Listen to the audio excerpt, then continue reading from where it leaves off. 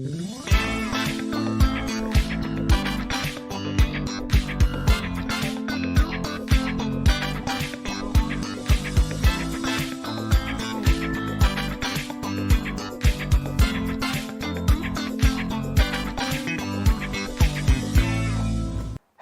everyone. Thanks for tuning in. Welcome to another episode of GSS Superstar Show. I'm your host, Bamnet Zennaba.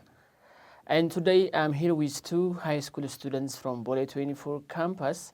I will now move directly to the program. Stay with us up to the end of the program. This is GSS Superstar Show.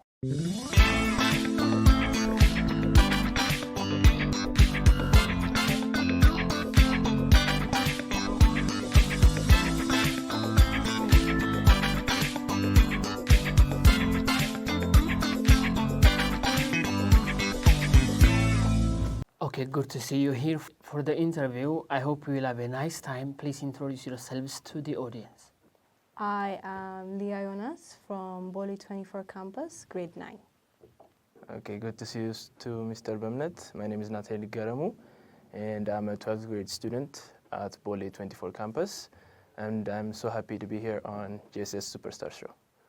How would you describe your time in GSS from the first day up to now? Well, I don't remember my first day, but from what I can say, I would say it's a good establishment. But in most cases, I'd say that most people would try to understand from your perspective as well. And yeah, it's good. I would say it's good. My time in GSS, there's a lot of ways to describe it. I've been here since pre-KG, so I describe it as my second home. I've had my good times and my bad times, and yes, I describe it as my second home.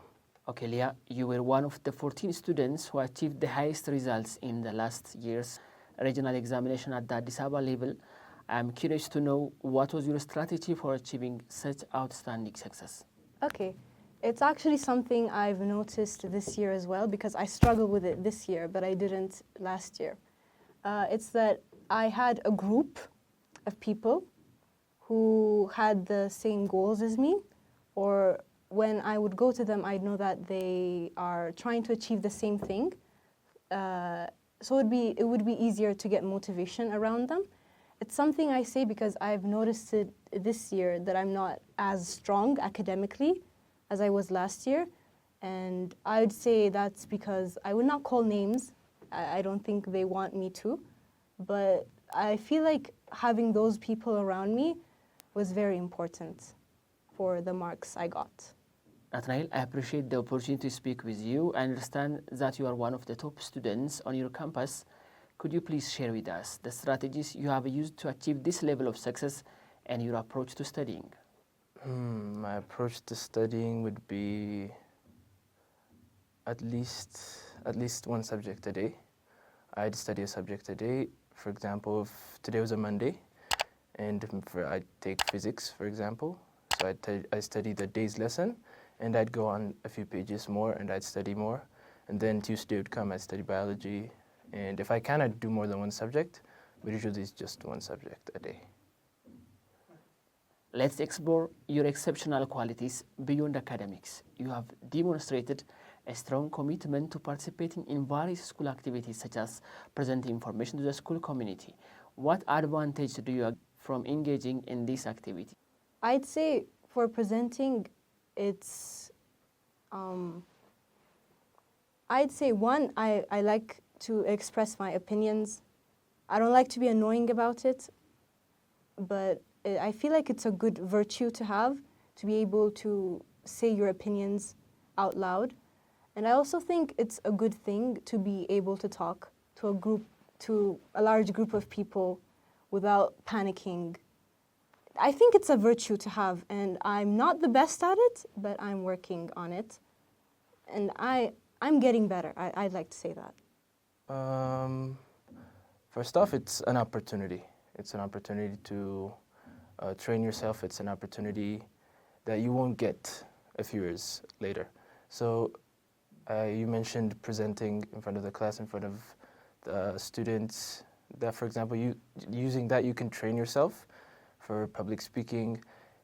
After a few years, you might have the opportunity to speak in public, but you won't have the chance to train yourself. So this would be a good time to train yourself for public speaking, and also events like spelling bee, the science fair, and intercampus competitions are ways you can exude your potential and showcase your talent. So they are good platforms to show what you have. Both of you are well-disciplined students who are admired by your teachers, classmates, and administrators on the campus. Can you share your thoughts on the significance of discipline? Well, this is actually a question that I saw on the paper.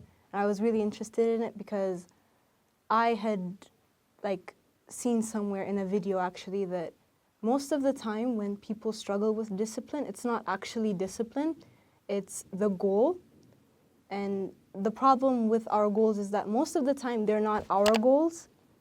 When we say that we want to get first place, but that's not really our goal. It's our parents' goal or the school's goal. It's not your goal. So that's the first problem, that our goals are not even ours. And the second problem is we don't know how to set goals. Maybe we want to get better academically, but we don't want to get first, but we tell ourselves that we want to get first, even though that's not really the case. And I feel like that's very destroying and destructive to what we want to do, because pressure and inspiration are not discipline. They're really good, but they're not discipline. If your dad will beat you if you don't get a certain mark, that's pressure, but that's not discipline. So yeah, I feel like to get good discipline, you need to get a good goal that you like, and you need to set it in a way that's true to you. Think about it. If when you're 80 something, you're dying, on your deathbed, and if all you've worked for is other people's goals, you'd regret it very much. So yeah, when we try to build discipline, it's good for it to be for our goals instead of other people's, I'd say. That's the biggest thing I've learned. It's actually a video I saw, so it's not mine. Good discipline, of course, it goes without saying that discipline is one of the key values you should have for success. Success, however you may define it. Of course, there's the sacrifice that you put into it. There's the hard work that you put into what you do. But without consistency, without having that disciplined mindset, you can't go on further, because all your hard work then goes down the drain. So to have consistency, you have to have that disciplined mindset, and it'll help you at the time and, of course, for the future. Would you please share with us some of your hobbies and interests? I really like drawing.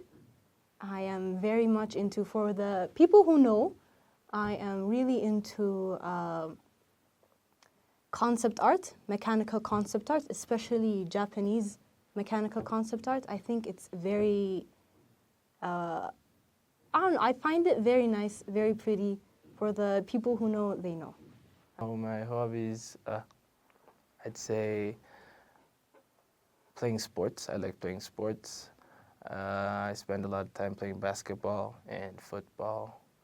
Yeah, I'd say those are my hobbies. Before we conclude, I would like to give you the opportunity to express your gratitude to those who have supported you along this journey. Okay. Okay. So I really want to thank my parents for making me have a healthy relationship with my marks and my grades, that they did not tie moral value to whether I got an A or not. I'm not a bad person if I got a B or a C, or if I failed a test. I'm not a bad person. I need to get better, but that doesn't make me a bad person. I thank them for making me have a good relationship with that. And I thank my God who has got me here. I would also thank the staff who are filming and who the people interviewing me right now, thank you. That's all.